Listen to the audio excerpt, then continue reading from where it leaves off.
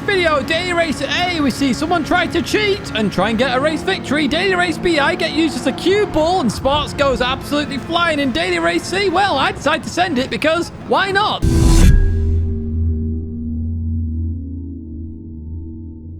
Hello everyone and welcome back to the Gran Turismo weekly race guide here in 2025. It means some brand new dailies have arrived, and this week, a bit of an interesting week. We start off with arguably a fantastic daily race A in the fact we're in Redbull Junior cars at Daytona Road Course. I originally saw the Red Bull car and thought, oh no, not for race A, and then didn't click it was a junior car, so I was trying it out and I was like, oh, happy days indeed. Now we're doing 4 laps here. We're on weak slipstream, which is a very strong slipstream. Rolling start on racing hard tyres, tyres for fuel and tyre wear. Now somebody did mention, you're not mentioning about the DR being on, and it is on. You can literally go up on your DR and down on your DR. So it's very much there in terms of this daily race. Okay. Now, if you don't like the junior cars, and I really recommend you do try these out because they are really fun. It's not like the rubbish, that happens in the World Finals, etc. These junior cars are fun. But if you don't want to, there are some timestamps there to jump to Daily Race B or Race C, respectively, which are obviously standard, Group 3, Group 4, etc. This is something different and very well worth checking out. Now, in terms of key statistics here, we've used this track 10 times. Track and car combo we've never done before, so it's not in the top 10 used combo. And we last used this track on the 12th of May 2025. In terms of issues, weak slipstream is OP. Oh, literally, you will fly up on people. It is literally strong. The only thing stronger is strong slipstream. It's actually stronger than custom that we also have, and we know how OP that is.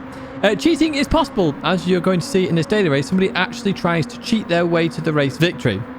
Well, without further ado then, let's jump into that race and let's find out who that was when we get to the end of it, and I'll give you a lap guide to help you get up towards the top of that leaderboard. Here we are then at the start of this race. Ugandan Commando starting in pole position there. We're starting all the way down in P number 8 as we kick off this race. And in a TCR livery. I'm using a livery, guys. I'm using a livery. I know you keep banging on about me about it, but it's here. I'm using it now. When the car has a livery on, I will always apply it from this point on. I promise that. Where I can, of course. Where I can. Now, Hoggy's just gone wide there at turn 1. Blue Racer down the inside there. Beautiful move here. We're alongside Hoggy then, unfortunately. Are we going to get past? No, Hoggy then does remain in that position. But we're going to send it down the inside then. Absolutely sending a half here. We do get it stopped there. Bang on the curb as we go through here. Side by side with Hoggy. We give each other room there. Beautiful racing here amongst TCR folks as we continue on out there. P number 7 then as we head towards the next corner then.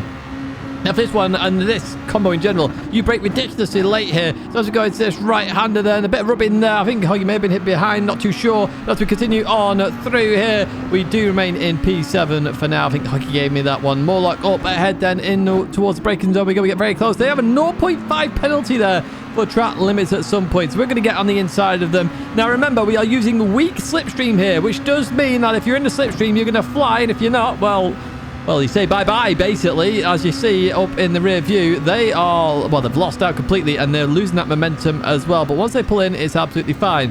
Heading towards bus stop chicane for the first time of asking, you have to be so aggressive through here. Look at all the curb I'm using there. The curb actually helps rotate the car. Bit of a clash there between Jason and Blue Racer then as we continue on out of here. And I wasn't sure who's bump draft here because Blue Racer originally had the momentum there. Then Jason's in the slipstream. Yes, it works from this far back, believe it or not. So I went for Blue Racer. That didn't work out. So I'm like, okay, well, the gap's opened up for Jason here. I can see that weak slipstream, which is 2 seconds, by the way, it works out. It might even be over that now. It's working well here. So we go for the bump draft on Jason.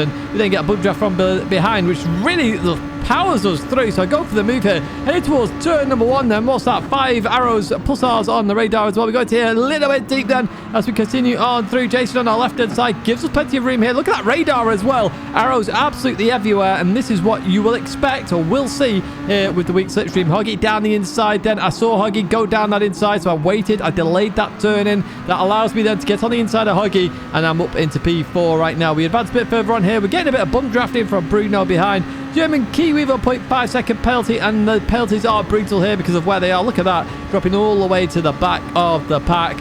And we are now up into P3 here as we go on to lap number 3. Fastest lap there temporarily as we go towards the end of lap number 3 then. Ugandan and Sergio Torres racing each of us. We go through this bus stop chicane. Ugandan on the inside there. A little bit of a wiggle. Sergio Torres slow on the exit. I get that inside. Very cheeky move by me in my opinion. Ugandan didn't stay on the curb there on the exit, which does get a 0.5 second penalty. Goes towards the right hand side. We are now up into P1. Sergio Torres then going towards that right-hand side here. We're keeping it towards the left side.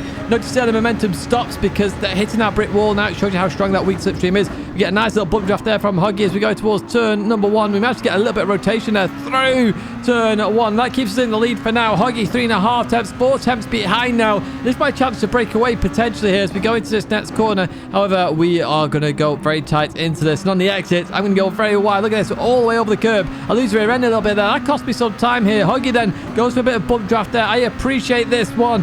TCR working together here as we go through the left-hander and head towards this right one. So we're going to be hard and late on the brakes. And as we go into here, later turning is better for this car as we exit the corner. Be careful of power oversteer. There we go. Happy days indeed. Now, if you do want to check out Huggy on YouTube, please do that. You can see his name on the left-hand side, Hogston there.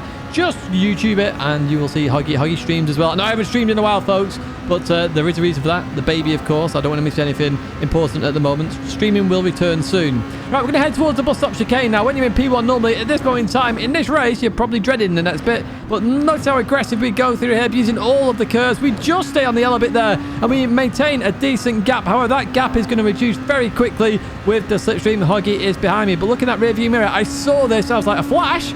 Huggy's going to help me. That's what that means. So I'm going to stay towards the left-hand side here then. And hopefully Huggy is going to bump draft us. That's what I assumed it means anyway. There we go. Big bump. And Huggy actually had a penalty there for track limits. Now look in the rear view. There's the cheats. They go towards the left-hand side. They're on the infield right now. And I only just win that race by 3 thousandths due to that attempted cheating. So that was not acceptable in the slightest there by Bruno Racing. It really wasn't. The point scoring system, by the way, do check that out in a pinned comment. But that to me is a bannable offence. It really is.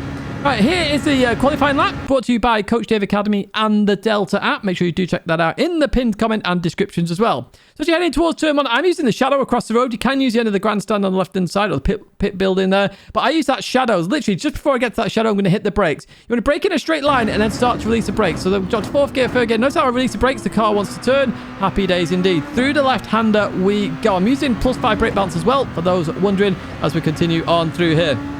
We head over towards the left-hand side, and on the right-hand side there, we've got the shorter circuit going off. That is my brake marker. You brake so late in this car. It's so light, it handles so well, but it doesn't have a lot of power. So you're not carrying a lot of speed here because it hits that wall of air and then starts to slow down very quickly. So you do brake extremely late in this car. So you want to go out wide initially and then come back. The reason for this is you need to straighten up. If you try and turn in too early, as I did in the race, you're either going to understeer off or suffer so much power oversteer, you're going to go for a spin. So it's all about point and squirt in this car. So through the left-hander we go. We could have gone a bit quicker in that sector, don't get me wrong. But we're going to head towards this right-hander now. And notice how this piece of track comes back to it. We're braking that late here, just before we get to the end of the curve there on that left-hand side. Now, as I explained in the race, you want to go out to come back. We did it on the previous corner. We want to do it on this corner as well. Later apex here is better, in my opinion. And that's what we're going to do now. So notice how we stay out wide. We then come back. We clip the curve and start to accelerate. Now, I had to lift off a little bit more there because I turned in a bit too early. I had to wait on the throttle. That cost us a bit more time here. We're going to head towards the left-hander here now. On the left-hand side, you have the blue and white on the Armco there, but it's actually a Marshall box or Portaloo or something there on that left-hand side. It might be a Portaloo, actually. That is my brake marker for this left-hander. I want to brake literally last of the late brakers. I want to carry the speed through this corner, try and get a lot of downforce on that rear. So I'm instantly going to go on the throttle there. Now, you may suffer a bit of rotation there. That's good. Get on the inside. Because this car doesn't have a lot of power, and you do this in any car that doesn't have a lot of power, you want the shortest line through this circuit. Cover the shortest distance. Now, we get to the bus stop chicane. We're braking just before the one board there for this chicane, and you need to abuse the curves on this chicane. If you don't abuse the curves, you're not going to make it round at all with any speed. So we're going to drop to 4th gear here. We're going to use all of the left, all of the right, and that is our plan. So look at that. All the left and more, all of the right. As we go through here, the curves just rotate us a little bit, and we can continue on through there. I know I was only just on there on the last part of the chicane, but hey, only just on, I'm fine. Stick towards the left-hand side here just to maximize your time there. Shortest distance to the line. That's 146.845, and you can follow that on the old leaderboard in terms of a ghost as well. We jump to Daily Race B then, where we're in that Porsche 911 for the race. We're in a Nissan for the time trial. We're at Lago Maggiore, the full circuit. We're doing 4 laps with custom slipstream, rolling start, racing medium tyres, times 1 fuel and tyre wear, and of course you can adjust that brake balance here in Group 3. So my brake balancer for the Porsche is going to be down below, as is the Nissan as well, but I'll show that on the time trial lap as well. In terms of key statistics here, we've used this track 9 times, track car combo 4 times, so it's not a top 10 used combo. Last used Lago Maggiore, 7th of April 2025. There are a lot of bumps on this circuit, which can cause lots of power oversteer very quickly. And it's a very short race, which does mean there's a lot of aggressive driving in this one to make some positions. As I chose the Porsche for the race, wasn't sure what was going to be the strongest at the time, but that Nissan is looking very strong indeed. Let's jump into this one and let's have a look exactly what happens. Here we are then for the start of the next race. And we've got Ryoki in pole position. The BRZ, I expect that car to be strong at some point this week. Now, if you're enjoying this video, give it a like, subscribe to the channel to stay in touch with all the latest content. I really do appreciate that support. As we head towards turn number 1 then, here we go. Line astern, rolling start. And we've got Alex up ahead of Ugandan Commando. Got BMW there of Morlock, who's going to understeer like crazy. So we're going to get on the inside. Thank you very much. We'll take that position. That is up to P10 as we go into the left-hander here then. And are we going to get on the inside of the German driver? Yes, we're going to send it down here. Do we get it stopped? We do indeed. P9. Well, we'll take that. 2 positions in 3 corners on the start of this race. Right, we've got a bit of a gap now to Shelty in the infamous TTR Beetle there as we head towards Banky Boy. Then we've got a Nissan now in our rear view. They're going to send it down the inside here. Do they get it stopped? They do indeed. Give me space in the exit as well. Beautiful stuff. Now, you can abuse that gravel a little bit now here at Lago Maggiore. I'll talk about that in the lap guide. Sparks is going very slow here. We've got a 3-second penalty up ahead as well. You have to lift off here a little bit more. We get pushed from behind, which pushes into Sparks and sends Sparks off there. And you see my hand go up there. Bruno was not, well, just not aware, it seems like. Just pushed me straight into Sparks there. That's cost me some positions. Cost Sparks a lot of position there as we continue on through. I wonder what happened there because the Swiss driver's got 3 seconds. I assume it's to do with them as we continue on to lap number 2. Ugandan going for the move then on Bruno Racing as we head towards turn number 1. We slow it down now as we go into here. Looks like somebody else has gone for the move up in the distance. Everyone slows down in towards this right-hander. As we go through here, then there's a bit of contact ahead between the Italian and the Swiss driver. Oh, was Bruno involved? I'm not too sure. And there we go. Another incident here. We're up into P9, but somebody has gone around there as we go into this round. In fact, they've left the room there on the inside of Mario Sonic as we continue on through here. As we advance a bit further on then. Bruno on the inside of Ugandan Commando as we go through this left-hander. And then they're very hard to go side by side through here. I was expecting some carnage, but they make it work there. Fair play to both of them as we go towards this double right-hander. Slowing this down as we do. And Shelty leading the way in this pack at the moment in that Volkswagen Beetle. Bruno Racing almost off the circuit there. Managed to keep on though. Got a sausage up ahead. Do they avoid it? Yes, they do. Oh, a little bit of a jink in the server. Why would the servers in Daily Race be at the moment? They seem to be all over the place. Anyway, we're going to go down the left-hand side of Uganda. Not quite there, but that was a lot of the cut. A lot of the circuit cuts on the left-hand side. So that penalty, fair play. That is a track limit penalty. I accept that fully. 0.5 seconds seems fair in my opinion.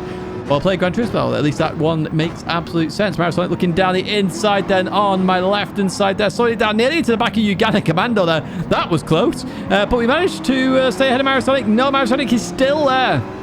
We're going to go through this left-hander now, still side by side. Beautiful racing here as we go into this right now. You saw me earlier maintain a position, actually gain it from Morlock last time. But Mario Sonic this time, look at that beautiful move there. Very well played to Mario Sonic. Brilliant racing. You see the nod on my head there as well. I love stuff like that. That's a really good move, well executed. Now towards the middle of the circuit here, that's to get off the racing line. Max Power wanted all my slipstream and more. Now I was going to go back to the racing line, but saw Velasco come in, so I'll let Velasco go there as well, who unfortunately also has a 0.5 second penalty for track limits there in the Audi R8. We're going to continue on out of here then, heading up the hill as we go through this left-hander. We're going to fall in behind right now, then over to the right-hand side. And no reason to fight Velasco here, really, just because they have that penalty. However, there's a big train of cars up ahead that we really do want to be involved with on this final lap. And that's it. 4 laps is so fast.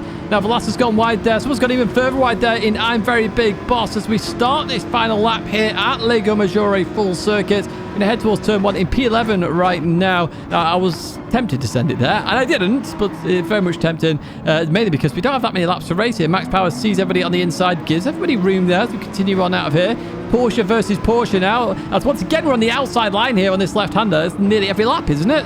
As we go into this right. And do we get to start? We do. So we do gain a place. So we gain more places than lost going on that line. So that's an interesting overtaking spot if you do want one as we go through this right-hander. Just fast forward a little bit here. Heading towards the infamous S's at Lago Maggiore. So as we go into here, that's side by side up ahead. Very dangerous to do this through the S's. We're going to cut a little bit of the right, then over towards the left-hand side. As long as we stay with Velasco, we should get this position and go back up into P9, hopefully, as we go through this right-hander. Yes, that should be all said and done then, where everybody goes towards the right. I'm thinking, okay, I'll stay towards the left. And, oh, Norman's got a bigger penalty then as we continue on through here. Up into P8 we go. They're still fighting up ahead though, Mario, Sonic, and Ugandan. You're seeing a lot of racing here, and that's the fundamental part of Daily Race B, I'd say, is it's just all racing, literally. Now, I wasn't sure where to go here because being on the outside line for this left-hander is never good. Ugandan then is maintaining that position, though. Through the right we go. Ugandan's done that twice now, but look behind here. Vilasa and Max Power have come from absolutely nowhere. Maybe they helped each other, not too sure. A bit of bump drafting as we go through this right. Then I'm on the outside of Vilasa. Gives me plenty of room there. Beautiful stuff. You can, of course, check Vilasa out on YouTube there as well, as you can see with their name as we continue through this left-hander. And a small bit of contact, but room given. I think that's absolutely fine as we go to this final corner there. And through we go. And we're going to head towards the line. Then that Audi R8 coming back at me. It's going to be a very close finish here, but I'm in that slipstream, which does cost Vilasa because it is quite strong even on custom there. And that is the end of the race. So a lot of races there. Congrats to Huggy with a race win. 6.5 out of 8 given for this daily race. Again, you can check out all those scores down in a pinned comment below. Oh, unless you're early. If you're early, it might not be there yet. +5 brake pads in the Nissan GTR Nismo GT3 is what I'm using. Here's the lap guide brought to you by Coach Dave Academy and the Delta app. So on the left-hand side, we have a blue van there, okay? Blue van man is back. That is your brake marker for turn number 1. So as it hits the edge of your screen, you're going to hit the brakes and you're going to go down to second gear. Now, you actually want to trail brake all the way towards the corner if you can. Really clip the curb. It should rotate you a little bit. Notice that I went instantly on the power. That's just to try and get a bit of rotation in this Nissan. And on the right side there, we've got this white paint on the grass. The end of that white paint is your brake marker. Now, for this next corner, you may want to go to first gear and then go short shift to second gear on exit. You may want to use first gear completely on the exit. Entirely up to you. Now, I stay in second for this one. This was just me attempting something. Seems to be okay, so if you want to try that, you will suffer a bit more understeer, but it is there. We're going to go in towards the left-hander. You do need to lift slightly, as I do right there. Keep accelerated towards the left-hand side, and the end of the orange barrier on the right-hand side is your brake marker, okay? You need to brake. You may want to drop to second gear to get a bit of rotation. It's quite a common thing to do in these Group 3 cars. You can try and keep it in third and hope that it does rotate. So let's see what happens. I've got +5 brake balance, which should work. And I keep it in third. I clip the inside of the curb there and I accelerate through. Straighten up as quick as you can. There's a bump there, which can force so much oversteer in so many cars. Going to continue on down here then. And on the left-hand side, there's a couple of brake markers you can use. You can use the end of the drainage. Alternatively, the other drainage, which is in the white section there. And that's what I actually use here in terms of this Nissan GTR Nismo GT3 car. So you want to brake in a straight line, which means you are going to have to point towards the corner a little bit. Because if you brake in a straight line right now, you're going to go off. So we start to release the brakes, we turn in, we want to clip the curb. The second we clip the curb, we accelerate out that corner. We really want to get on the power quickly, get those rear wheels loaded, get the downforce working on those rear wheels as well. Happy days indeed. So as we come up to the S's then, at the end of the catch fence on the left-hand side is your brake marker for this one. So as it leaves the screen, you want to hit the brakes and normally drop a gear. Now, when you do this, you want to use all of the curb on the inside on the left, then all of it on the right, and I'm going to pause it on the right, okay? So as we go to this left, notice our trail brake. I'm trying to use as much as I can, and then I'm going to turn towards the right. Notice there that I'm not using all of the curb. I can actually go to the concrete, which is just after the red and white curbing. That is the track limits here.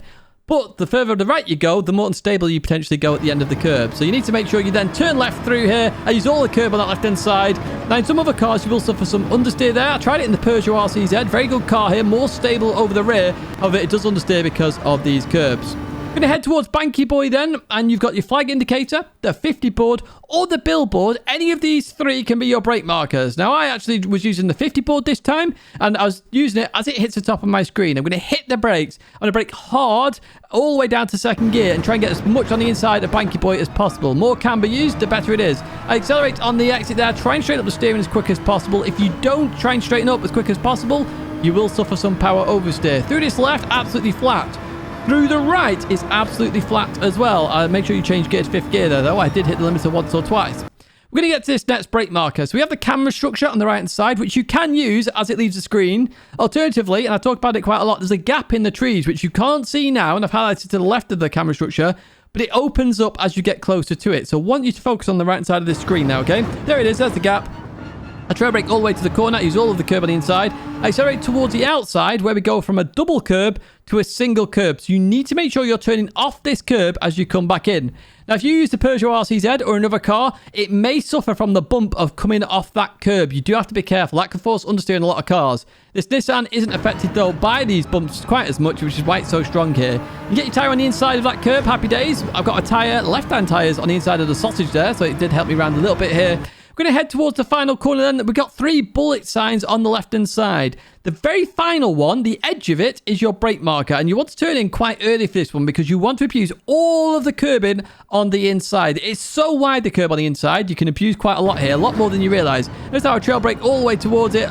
Left wheel is fully on the tarmac there. We then boot it out of this corner. Do use a little bit of that tarmac on the exit of the shorter circuits. We're going to head towards the line now. And this is a 155.252. And you can follow that one on the leaderboard. And again, the Coach Dave Academy Delta laps are going to be down in the pinned comment and in the description as well. So we've jumped to Daily Race C here where we're at Autopolis. And we're doing 10 laps. And it is custom slipstream for this one. Grid start with a false start check, which is very unusual. Racing hard tyres with 1 required pit stop. Tyres 1 fuel and tyre wear, and the brake balance, of course, is adjustable for this one. So I chose that Honda NSX there because I wanted to use something different to the Genesis after the Bathurst incident last week. So I've used this track 10 times. So once again, it is joint 17th there. Track and car combo only 3 times, and it's not a top 10 used combo. And we last used this track on the 14th of April. Issues here is hard to overtake. I call this the Japanese Nürburgring. I know some people don't like that. It also has a very hard pit entry that you do have to use for this race because you do have to pit. What we will do is jump into this one then and let's have a look exactly what happens and the strategies you can use to try and get that race victory. Here we are then at the start of this final race. NSX in pole, G17 P2, Megane Trophy in P3. We've got a mixture of all sorts here. Remember, grid start with a false start check. So make sure you hold that handbrake because that's the best way to do it rather than hold the brake. I'll put traction control on 1. Do we need it? We release the handbrake. Off we go. We don't need it. So maybe you don't need traction control. The Genesis all-wheel drive system just powers them out here. I mean, look how fast max power was there. Bruno Racing going towards the back of the pack here as we head towards turn number 1 and slow it down. So turn 1 at Autopolis, grid start, normally very dangerous there. We've got somebody out wide there and we are going to get that position. Up into P11 we go. I did leave Blue Racer some room to go down the middle as well. I'm actually getting an up spot there. So up into P10 then as we head in towards this right-hander. I do love grid starts in Group 4. I do feel they are good and you can see that here. Yes, the Genesis had a good start, but there are actually quite a few cars here that are worthwhile trying out here. As we set it down the inside and max power there. Sorry to scare max power with that one. We're actually 3 wide there as we continue on out back to 2 wide. Max power doesn't lose out there. Blue Racer still on my left hand side. Brilliant racing so far with Blue Racer. You can see the smile on my face there when I was going through that hairpin. We continue on through here still side by side. The smile returns because I love this. I love this kind of racing. Remember, this is the first Daily Race C of the day. This is the very first time you can race this Daily Race C that we do this. So we all have very limited practice when we go into this. You expect more accidents. Nobody really knows the meta cars and stuff like that. So it's always nice when you have good racing like that straight off the bat. It's just so good. Anyway, we're up into P10 here as we go into this right-hander. You're probably going, Tidge, how is this the first one? You've already done Daily Race A and Daily Race B.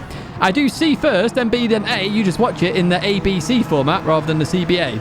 As we go through this left-hander there. That's all the information you need. And we're going into the right-hander. Line astern right now. Now, remember, with this race, you have to pit, but you can pit at any time, really, because it's times 1 fuel and tyre wear. The strategy is relatively open. Now, before anyone says, Tidge, you wanted this, and it's horrendous. No, I didn't want times 1 fuel and tyre wear. I just don't want extreme tyre wear. You know, if you have times 2 or times 3, potentially you can create a race then where you might not have to change tyres, or it might be better changing tyres, depending on if you want to skip traffic or not skip traffic. It creates more variability.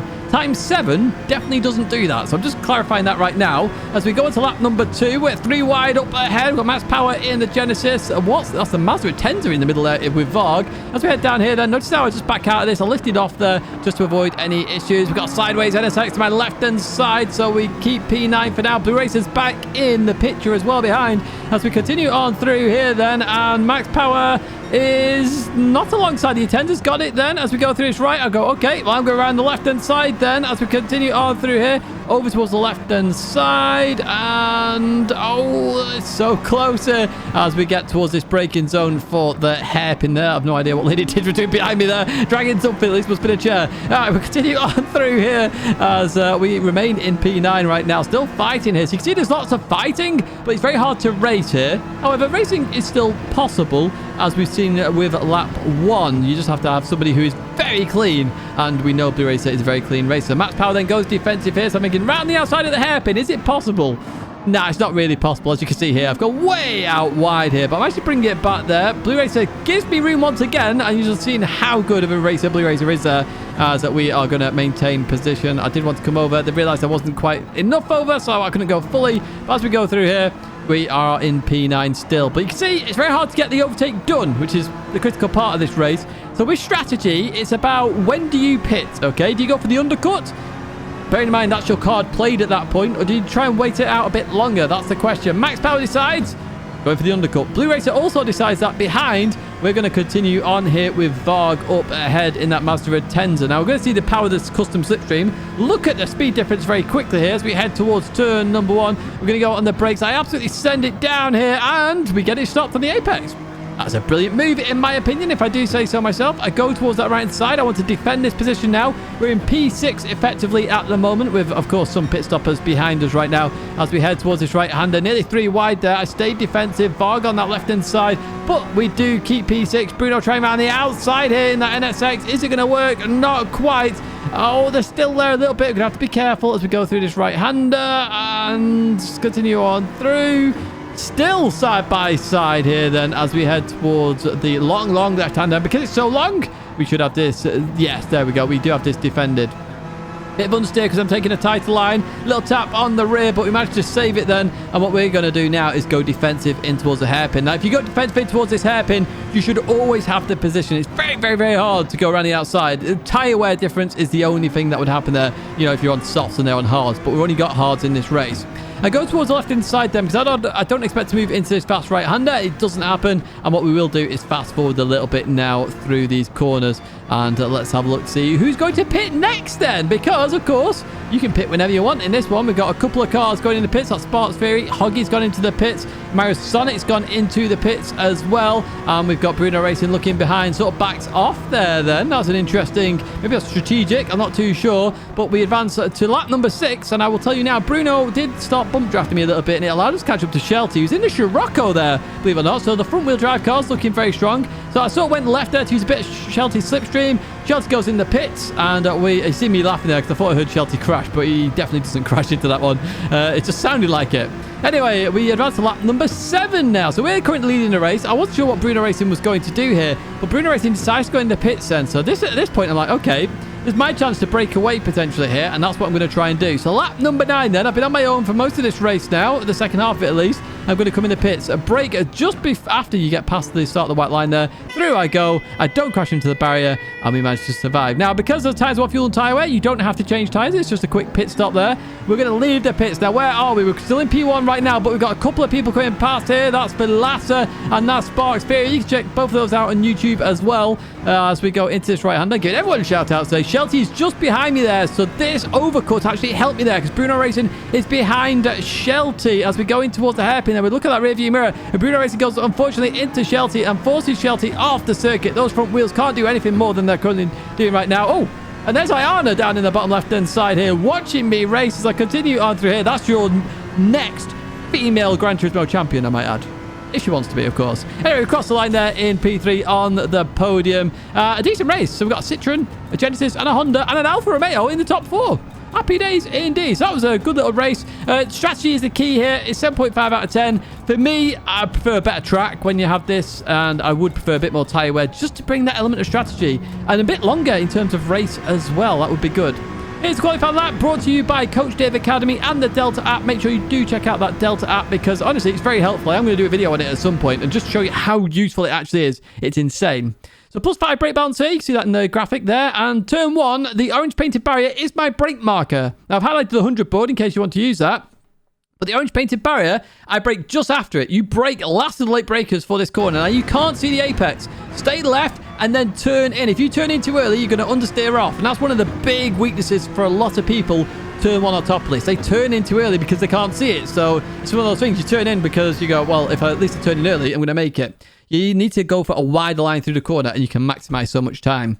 This next corner then, we have an escape road down that left-hand side. Just after that leaves the screen, you're going to hit the brakes again. Now, for this one, it's all about carrying momentum. Now, in the NSX specifically, you need to be maximizing the revs, like unbelievably so. So I dropped to second gear. You want to clip curbs in the NSX because it rotates the car. Up to third gear. As we go through this left-hander, I stay in third. I should have gone to second here. It cost me some time, at least a tenth there, as I continue on through.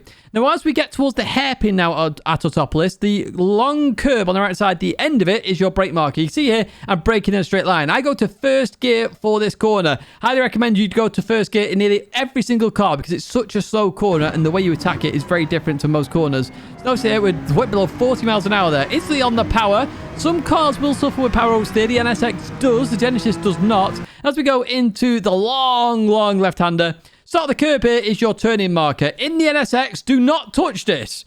Think of it as lava. Curb is lava, don't touch it. In the Genesis, do touch it because it gives you a slightly wider line, okay? But in the NSX, it flings up the front end, so you don't want to do it. So as we turn in here, we're going to lift off. Now, I dabbed the brakes a little bit there. The only reason I dabbed the brakes is I want to get to this curb. You have to touch this curb in the NSX. If you don't, you're going to understeer off. The marginal box I've highlighted there is your accelerating marker. Now, I accelerate here very early because I'm trying to get towards the top of the leaderboards. If you're just trying to improve your time a little bit, just delay that throttle a little bit more till it's more in the center of your screen and you'll make it round absolutely fine. Notice that I'm using all of the tracking a little bit more there. We're going to head up towards the next hairpin at Autopolis. It's like hairpin central here, isn't it? On the right side, we have a marshal box, which I would argue is a bit too late, and the 50 board, which is bang on the money, okay? I would brake at this moment in time, and you'll see me brake instantly here. You do not want to go deep on this corner. You want to keep it nice and tight so you can get out of this corner very quick. Because it's downhill as well, the quicker you get on the throttle, the quicker you pull away out of this corner. It's like a bonus boost of power. So you really want to get on the power very early, get it round, and just go for it, okay, out of that corner. As you go down here then, this corner is one of my favorite corners here at Autopolis. So on the right side, we have this lamppost there, or watchtower, or whatever you want to call it, on the right side. As that hits the edge of your screen, you're going to hit the brakes, drop a gear, and chuck it in. Once again, you will need to do this on the Genesis as well as the Honda. You want to make sure you clip the curb. If you don't clip the curb, you're going off. So you need to make sure you clip the curb. I clip the curb and I can accelerate through the corner. I use the curb there, and if you do go over the curb onto the grass, you need to turn in earlier than this, but the end of the curb is your turning marker. Now, for this corner, you can tap the brakes a little bit if you are struggling with carrying too much speed. However, I like to just lift and let the car roll. And guess what? You want to clip the curb again, because if you don't clip the curb, it's not going to rotate as much. So I'm trying to get over. I clip it there, and then I can accelerate through. We're going to accelerate over towards the left-hand side now. Now, this one is a tricky corner because there isn't a direct brake marker. Now, I've highlighted the marshal box up ahead because as I'm pointing, as it's in the center of your screen, pointing straight, it's here where you want to go on the brakes. Now, the Genesis suffers understeer here like crazy. This is where the Honda NSX benefits so much. Because it's an MR car, it turns nicely. Notice our trail brakes. I'm in second gear. I instantly go on the throttle there. It will rotate the car a little bit. I'm going to go over towards the left-hand side, straighten that up a little bit, and then over towards left. I'm adjusting the throttle accordingly. As I go through there, I head over towards the left-hand side, start the curb there, I start turning right. But critically, the start of the inside curb is your brake marking. Now, you want to trail brake through here. Don't go solidly on the brakes here. Trail brake. Trail braking, of course, is where you're braking as you're turning, but imagine doing 50% braking, 50% turning. That's 100% wheel action. Just think of it that way. But here, I'm doing 25% braking. I let the car roll a little bit, and then I'm looking for these two accelerating markers. Because Group 4 has been nerfed in power, you're now accelerating earlier than ever. So you've got an orange marker on the inside you can use. The marshal box in the center of your screen if you want to use that. However, if you're struggling with both of those, there's also an escape road a bit further around. That you can also use, but I'd argue it's a bit too late in Group 4. We continue on through there. Then I'm going to head towards the line. This is a 154.039. And once again, you can follow that on the leaderboards if you want to, and use the Coach Dave Academy Delta lap and on the app down below. So this is the cheating that we saw. This is Bruno Racing. Watch them go towards the left-hand side. This is just a joke. This is ban-worthy in my opinion, and it really needs to be by Gran Turismo. They really need to enforce this. Otherwise, this race is just going to turn into just rubbish very quickly. And I think this is a very good daily race. Daily race B then, we're on board the GTR. This is the GTR at a 3-second penalty. What happened there? Oh, into the back of Sparks. Sparks going to go off the circuit. Well, we covered from Sparks. They do wait up there, but unfortunately, they are going to get a 3-second penalty. Pretty harsh for the wait up there, in my opinion, but I could understand that because Sparks do lose a lot of positions. I'm not sure what was happening there with Bruno. Maybe he just didn't realise Sparks was going so slowly. I'm not too sure, but that they really should have waited for Sparks there, in my opinion, because you've just forced somebody off there. Right, through his right-hander. I'm on board Bruno. I wasn't sure who hit who here, so a slight tap on Mattia there. It's just coming together between the Italian and the Swiss driver, really. Nothing to do with Bruno Racing on that one. We're going to advance further on in the race. So this is Matteo. We just talked about them just before, actually. This is I'm Very Big Boss, I believe. So we're going to head towards the final corner then as we go into here. So they had somebody on the inside, so they're giving them room. Fair play to them. Oh, just a bit too much understeer there into the barrier. Very common thing to do that. You just clip the grass and it just pulls you in. Pulls you. Right, Data AC then, so we're on board the Swiss driver again. Oh, okay, let's have a look what happens here. So, very late on the brakes there. Whoa, yeah, way too late on the brakes. That forces them off. They're going to lose all their positions there. Nice effort, though, to try and get their position. Do be careful of Genesis, actually, going a bit aggressive there because they get a fantastic start. We're on board Bruno Racing here, so they're going to go on the brakes there. Oh, into the back of Shelty. You should have gone right there, really, rather than into the back of Shelty. It's nice that you're waiting, although you do... Yeah, I was going to say, you do need to wait a bit further down the straight there because you caused the crash with whoever that is behind Mouse Sonic there in the Spoon livery. If you have enjoyed this, as always, give it a like, subscribe to the channel, stay in touch with all the latest content. There are 2 videos there to check out if you have enjoyed this video. Do check out my partners down below, Fanatec, GT Amiga, and use code T-shirt checkout for that, and Coach Dave Academy and the Delta app. They've really helped with this video. I really do appreciate their support, and yours as well. So I hope to see you in another video or live stream again very soon.